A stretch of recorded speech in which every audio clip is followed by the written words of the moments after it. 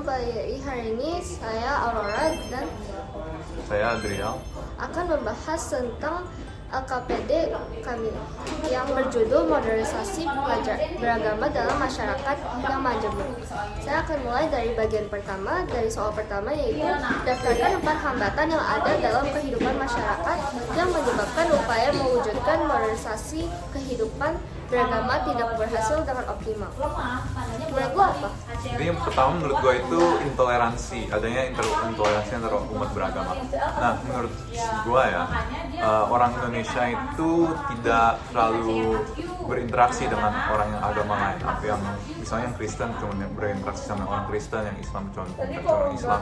Nah itu bisa menyebabkan adanya intoleransi karena kurangnya berinteraksi sama orang tersebut. Nah menurut lu ada apa aja?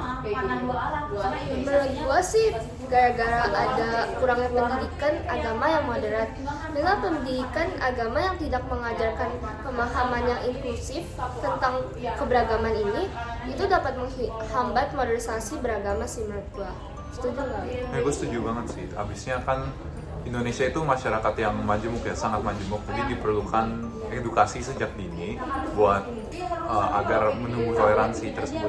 Nah, menurut gue satu lagi itu juga politik identitas. Menurut gue politik identitas itu pokoknya kebalikan dari yang harusnya terjadi. Di mana politik dan agama itu harus dipisahkan. Nah, politik identitas ini sendiri yaitu politik yang melibatkan identitas mereka ya, seperti agama, ras dan lain-lain untuk agar menarik orang lah. Terus selanjutnya itu menurut gue juga ada sikap radikalisme dan juga ekstremisme. Jadi tadi kan gue udah sebutin kalau salah satu penyebab hambatannya itu kurangnya pendidikan agama yang modernisasi, yang moderat. Jadi itu nyambung sama yang gue mau omongin ini, yang penyebab satunya lagi itu tentang pemahaman yang sempit terhadap ajaran agama yang mendorong tindakan ekstremisme yang bertentangan dengan modernisasi. Selanjutnya saya akan lanjut ke soal nomor 2, yaitu pertanyaannya, pilih dan jelaskan satu hambatan yang paling dekat dengan kehidupanmu baik sebagai siswa maupun sebagai anggota masyarakat, dan jelaskan penyebab hambatan itu muncul.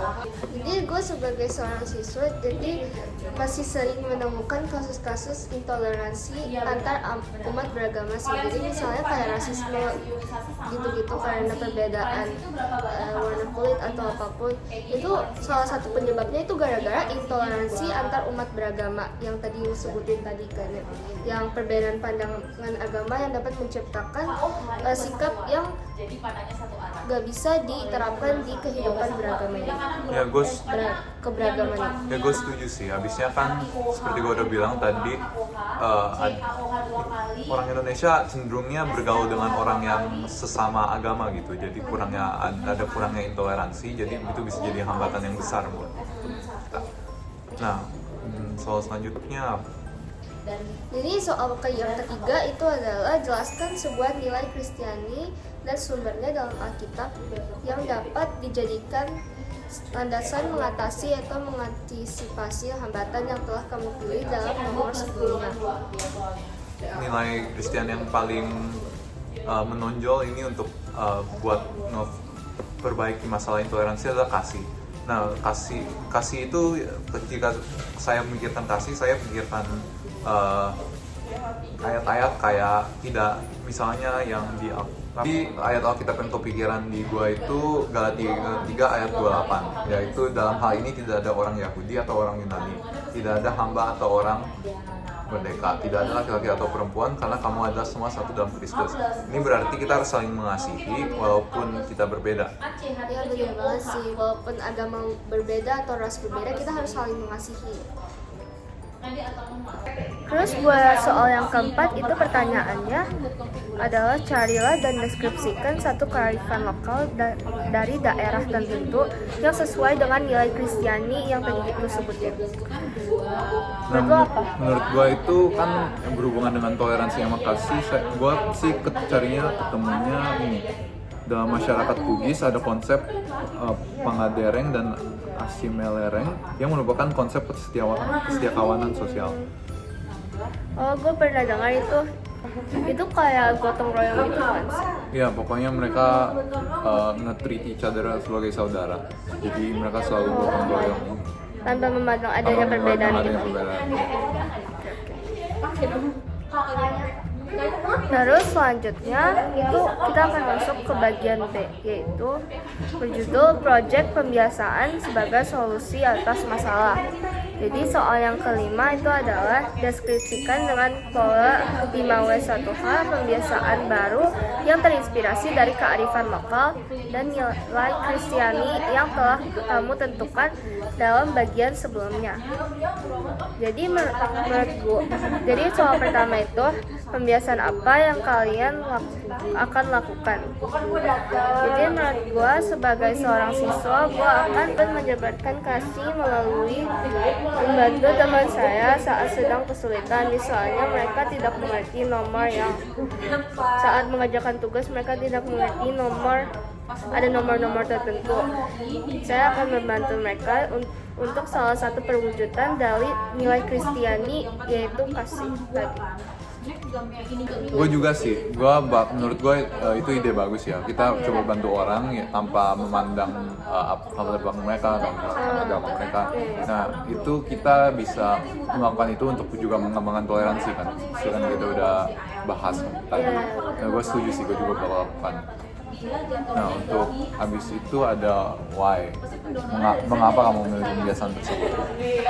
Nah menurut gua pembiasaan ini diperlukan untuk mengatasi hambatan dalam pengembangan moderasi beragama.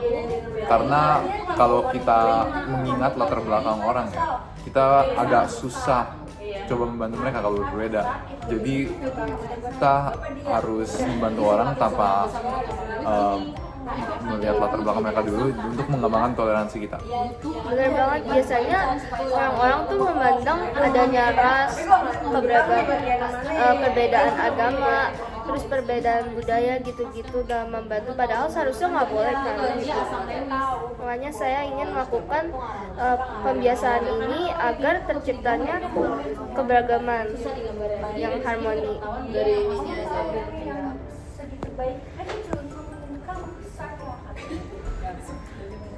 Untuk soal selanjutnya yaitu siapakah yang akan menjadi subjek dan sasaran dalam pembiasaan ini. Jadi subjeknya menurut saya itu teman-teman saya di sekolah. Saya akan membantu mereka dan menolong mereka di sekolah. Iya sih, tapi kalau menurut gue ya mending kita bukan cuma teman-teman kita doang, tapi semua orang yang minta bantuan kita harus bantu. Iya benar, tanpa memandang adanya perbedaan. Ya, jadi siapapun ya pokoknya. Semuanya sama. Selanjutnya ada where, dimanakah kalian akan melakukan pembiasaan ini? Karena subjek gue itu teman-teman di sekolah, makanya gue akan melakukan pembiasaan ini di sekolah. Selanjutnya pertanyaan kedua yaitu when, seberapa sering dan berapa lama kamu melakukan pembiasaan ini? Saya akan melakukannya setiap hari sih, karena pasti ada aja orang yang minta nolong dan kita harus membantu mereka dengan senang hati tanpa memandang adanya perbedaan. Ya gue juga sih, kan gue pokoknya setiap kali gue ditanya gue bakal selalu bantu. Gue bakal coba usahain deh pokoknya. Ya.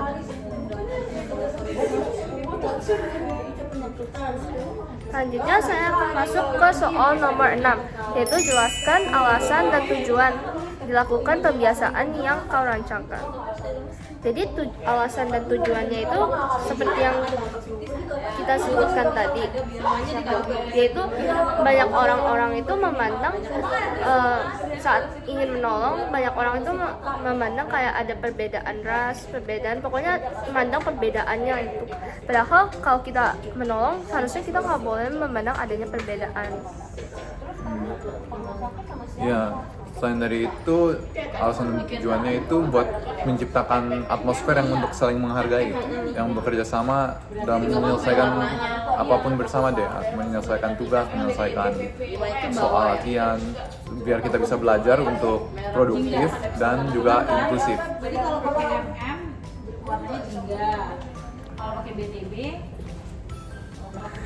Selanjutnya ada soal ketujuh, yaitu tuliskan refleksi pribadi.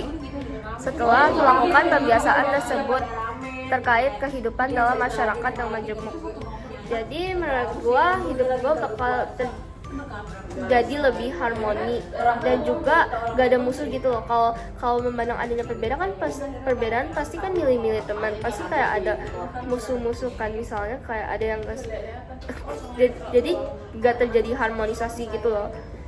Habis itu ayat yang tadi kita sebutin tadi kan yang dari hukum Markus 12 ayat 21, yaitu dan hukum yang kedua ialah kasihilah sesamamu manusia seperti dirimu sendiri.